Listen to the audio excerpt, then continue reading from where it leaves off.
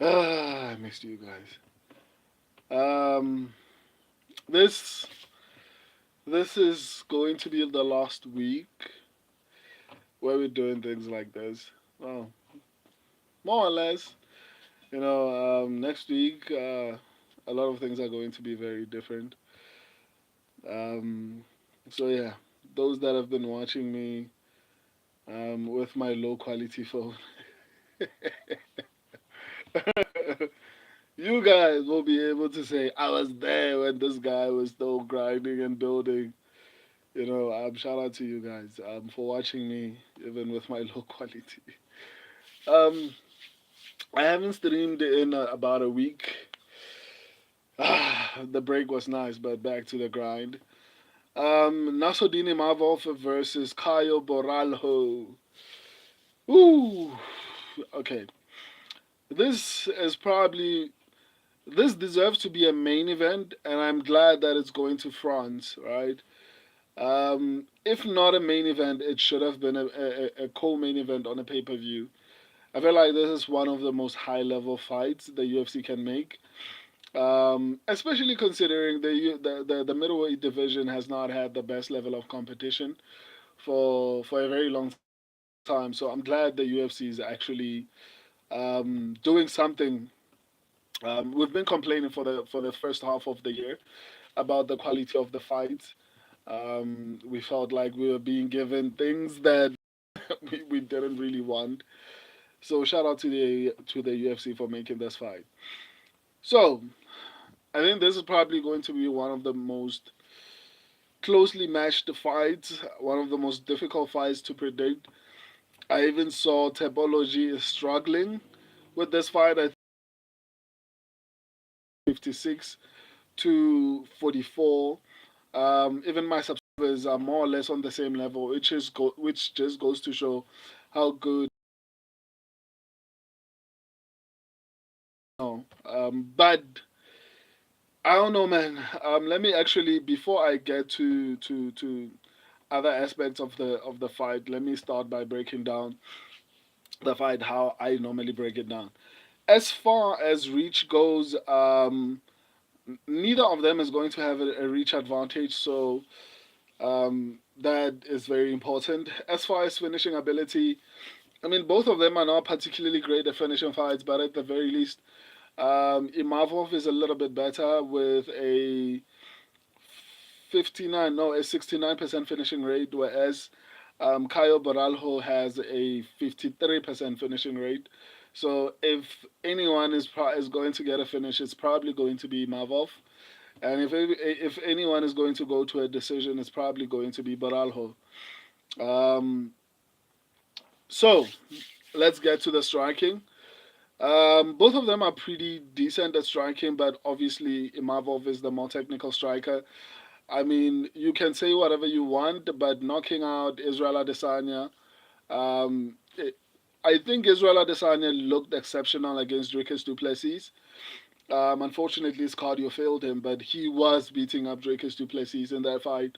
So we can't necessarily say that Imavov beat a washed up, um, what do you call him? Easy, right? The mere fact that Imavov was able to knock out Israel Adesanya, only one other person has been able to do that, and that's Alex Pereira. So that's an incredible feat to actually achieve. So as far as volume, I think Nassourdine Imavov is going to be a little bit better. He's going to be throwing a little bit more. Defensively, I think both of them are pretty decent, but I think Boralho is where Boralho might have a bit of an advantage as far as the defense goes. But it's not like Imavov is that bad. Just that I feel like Boralho, because of his wrestling, it makes people a little bit more reluctant to actually strike with him comfortably because they're afraid of the takedown ability. I mean, Boralho has a bit of power, but I mean, Imavov knocked out Israel Adesanya once again. It feels like Imavov is continuously improving. Technical striking ability, I'm going with Imavov. I think he's going to be technically better on the feet. I think he's going to be throwing a little bit more than Boralho. Defensively, both of them are pretty good, but I think Boralho, when you consider the fact that he has wrestling and all these type of things, it makes his opponents a little bit more reluctant to actually strike with him. So it's going to be very tricky. But on the feet, I'm going to go with Imavov. Obviously, more technical, not too bad defensively, even though Boralho is a little bit better at avoiding getting hit. Um, as far as grappling, I know a lot of people have this idea that um, Boralho is going to out grapple Imavov. But Imavov is pretty decent at defending takedowns, and Imavov is pretty decent even offensively. I mean, he doesn't shoot as much as Boralho does. I think that's what confusing a lot of people. A lot of people see Boralho shooting a lot more. I mean, he knows how to take people down. Let me not even put it like that. Boralho has pretty decent takedown entries. Not the best, but he has pretty decent takedown entries. I mean, he trained with Hamza Chimaev at some point, and he clearly believes that he is one of the few people that can beat Hamza Chimaev. I don't think anyone beats Hamza Chimaev, especially at middleweight. But still, I think Boraloha has pretty decent takedown entries, and I think Imavov is probably preparing for that. I think he anticipates that Boraloho's best shot at winning this particular fight would be to grapple him. In fact, anyone who wants to win the title at this point, it's not even about Boralho. Everyone in the middleweight division is potentially working on their takedown defense. After they saw what happened to Dricus du Plessis, I'm sure everyone is hiring the best grappling coaches. They are deep at work, hard at work, making sure they sprawl. They learn how to get up from every single position on the ground. So I think this is the bad time for Boralho because I think Hamza Chimaev probably scared the division into preparing themselves, especially people like Imavov and Boralho, who are basically on the cusp of fighting for a championship. Because quite literally, this could produce the next contender for Hamza Chimaev. Or if the fight is boring, I know Dana White is probably going to look at whether or not this is entertaining or not. And if it's not, he's going to look to the fight between RDR and Fluffy Hernandez. But in all honesty, I feel like this should produce the next title contender. I don't even like the fact that the UFC is actually killing out contenders. I don't know why they're making it each other fight, but it is what it is. I'm excited for this particular fight. My subscribers and I are going with Nassourdine Imavov. I'm not gonna lie to you and say that extremely confident. I just feel like Caio Borralho is not good anywhere. He's just he's just okay everywhere, right? If you want to strike with him, he knows how to strike. If you want to wrestle with him, he knows how to wrestle. But there's nowhere where I feel like he's going to outclass Imavov, right? The grappling, I feel like Imavov might not have the most elite takedown defense, but I still do feel like he has pretty decent enough takedown defense to avoid getting controlled on the ground or even taken down. I think Imavov is good enough to actually avoid getting taken down. And if he does get taken down, I feel like he is good enough to actually get back up. So, in all likelihood, this fight is going to take place on the feet. And this is based off of the fact that I don't feel like Boralho is particularly great. Like I just said, like I don't feel like he's elite on the ground. He's good, but he's good when someone doesn't know how to wrestle. I feel like Imavov knows how to wrestle. He might not be as good as Boralho offensively, but he is good defensively, and I think that should be enough for him to actually avoid getting into bad positions. So I generally feel like this fight is not going to play out on the ground. I think Imavov is going to be able to avoid any grappling exchanges. I think he's going to be able to keep the fight on the feet. And on the feet, I feel like Imavov is going to maybe not outclass, potentially outclass, but I think Imavov should definitely win this fight on the feet. I think he has more volume. I mean, Boralho has a little bit of power, but I mean, Imavov so does Imavov. Once again, he knocked out easy, right? That's a massive feat when you consider the fact that the only two people who've ever knocked out Israel Adesanya are Nassourdine Imavov as well as Alex Pereira. That's an impressive feat. So Imavov has power, right? But Borralho too. I mean, I'm not saying Borralho doesn't have power. I just feel like with Imavov's power, with Imavov's striking defense, with his volume, with his technique, I think he's going to look better on the feet. I don't think the fight is going to go to the ground. So yeah, I think Imavov is going to take this one. Short McGee, what up, my guy? Caio has in the count in over 1.5. Best win is Jared. Yeah, I also agree. I mean, the level of competition. Kyle literally talking his way to a title shot. I agree, and it's kind of crazy to think that he's actually ranked number 7. Hoopsy, your head so shiny, bro. Actually, I think I'm balding, guys. It's traumatizing me. At 33 years, at the age of 33, I'm balding. It's not a fun time for me, but at least I look good with a bald head. So yeah, guys. So I'm going with Imavov, and I agree with Shoshot McGee. Shoshot McGee, he is the Brazilian Kobe. To be honest, in hindsight, he kind of is, man. He hasn't fought anyone of note, and like you said, his best win is Jared Cannonier, and he fought Jared Cannonier past his prime. But I'm not going to look into that too much. Um, but in all honesty, skill for skill, I do feel like Imavov is better. Where Kayo should win this fight is on the ground, and I don't think he's going to have success there. I think Imavov is good both defensively and offensively, and a lot of the time, and everyone knows, when I break down fights, I like guys who know Diddy.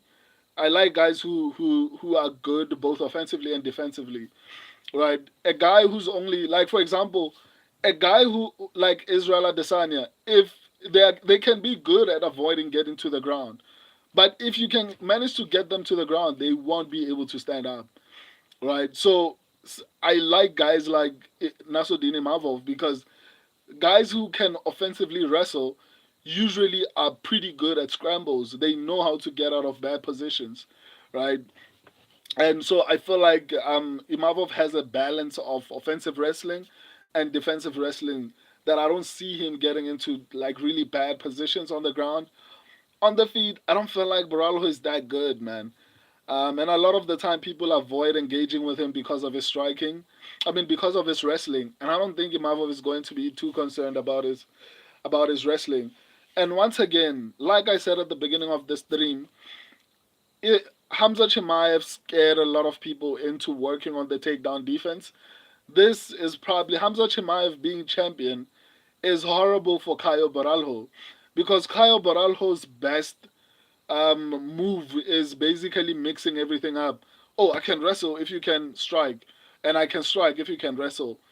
So in this particular situation, after what they saw Hamza Chimaev did, I'm sure everyone is like, I don't want that to happen to me, and everyone is working extremely hard. So I don't think he's going to have success, to be honest, with the wrestling. Even though he trained with Hamza Chimaev, someone said a lot of people like to say, "Oh, this guy trained with Hamza Chimaev." Guys, Guram Kutateladze trained with Hamza Chimaev, guys. That guy who almost lost, and granted, he came in on short notice. Fine, like I'll give him credit, but he was losing. The Hamza Chimaev's training partner, just because you train with Hamza Chimaev is not a coach. Hamza Chimaev is an athlete. Like if you train with Hamza Chimaev, most likely he is trying to see if you can expose any holes in him. He's not helping you. Maybe he might help you, but Darren Till trained with Hamza Chimaev, and look at what Drake Duplessis did to him. Like just because you trained with Hamza Chimaev, it doesn't mean you are Hamza Chimaev. I think this notion needs to get. I think Habib is a little bit different. Habib is good at coaching. At least if you say you trained with Habib, we know that maybe we might be a little bit worried because Habib is good at coaching, right? Hamza is not a coach. He's an athlete. He's focused on himself. So if you're training with him, he's trying to improve himself, not you. So the fact that Caio trained with Hamza Chimaev truly means nothing to me. I mean, Guram and Darren Till trained with Hamza, and still they are terrible. So I'm going with Nassourdine Imavov. Let me let me reply to you guys. I'm flipping excited, man. This is going to be the last week where you have to suffer through the low qualities, guys. We are going into a new era, a new era on the channel. No more low quality, no more cell phones. Like it's gonna be very, very, very, very dope. I can't wait. I can't wait. So yeah, next week is gonna be really, really good. Like starting next week, the streams are gonna be 4K, but it depends if the internet can handle me streaming at 4K. But I mean, the quality will be incredible. Anyway, Short McGee, me too, blood. Had a kid, and now my hair falls out. About to go shining myself. Hey, Short McGee, it's hard, my guy, and I know you are my age. I mean, I would have been okay balding at like, and my brother's older than me, and he's not even balding.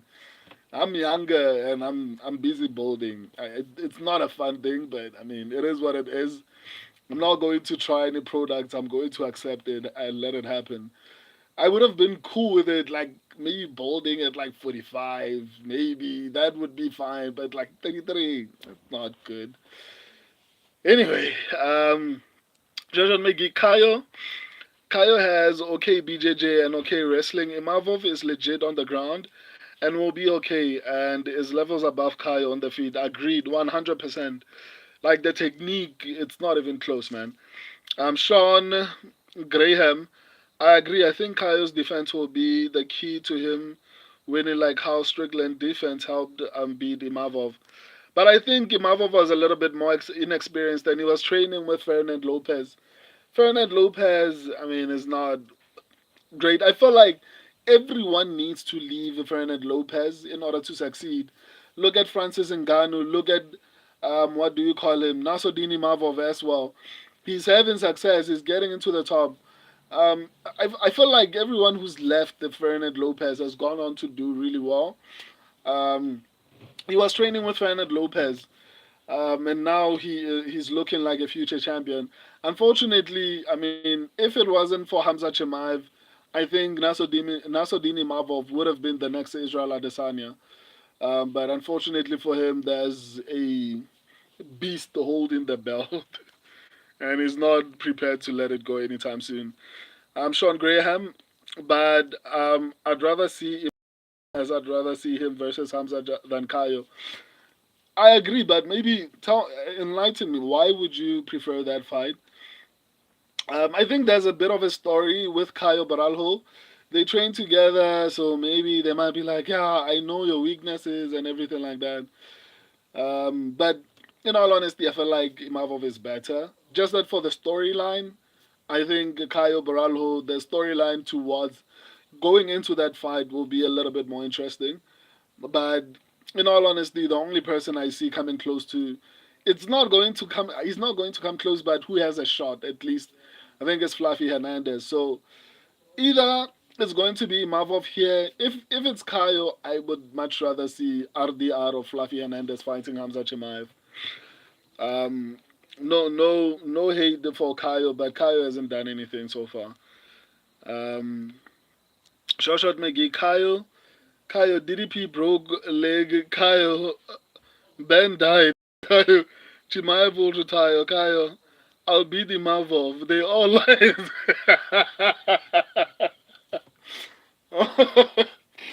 Oh man, Kayo is a liar, man, and I didn't actually think he would be that kind of a guy. It doesn't suit him to be a liar. It's kind of sad to see him being like having to lie in order to be relevant. I'm sure Shot McGee slug on the come up. I mean, we have to, man. Even though YouTube is not paying me yet, it's a worthwhile investment into this particular channel. It's kind of crazy to look at my whole channel, like looking at the video section, short section. Then when you come to the stream, like the quality is bad, right? I need to match the channel. And like I said, it's a worthwhile investment. There's so many things that I'm going to be able to do. So I'm really excited about that. I'm sure Shot McGee.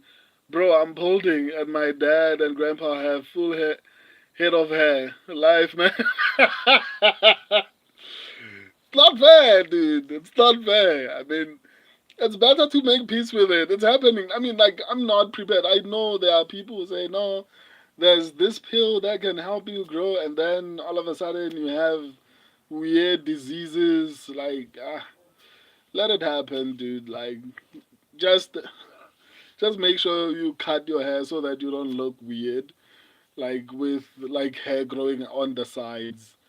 I mean, like I think that's also a sign of intelligence. I think.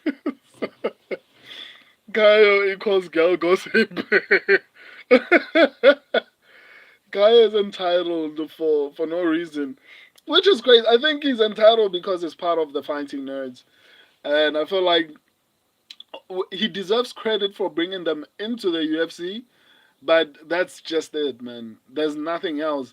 He's at the bottom of that particular list. Number one is Gene Silva, in my opinion, as far as the fighting nerds go.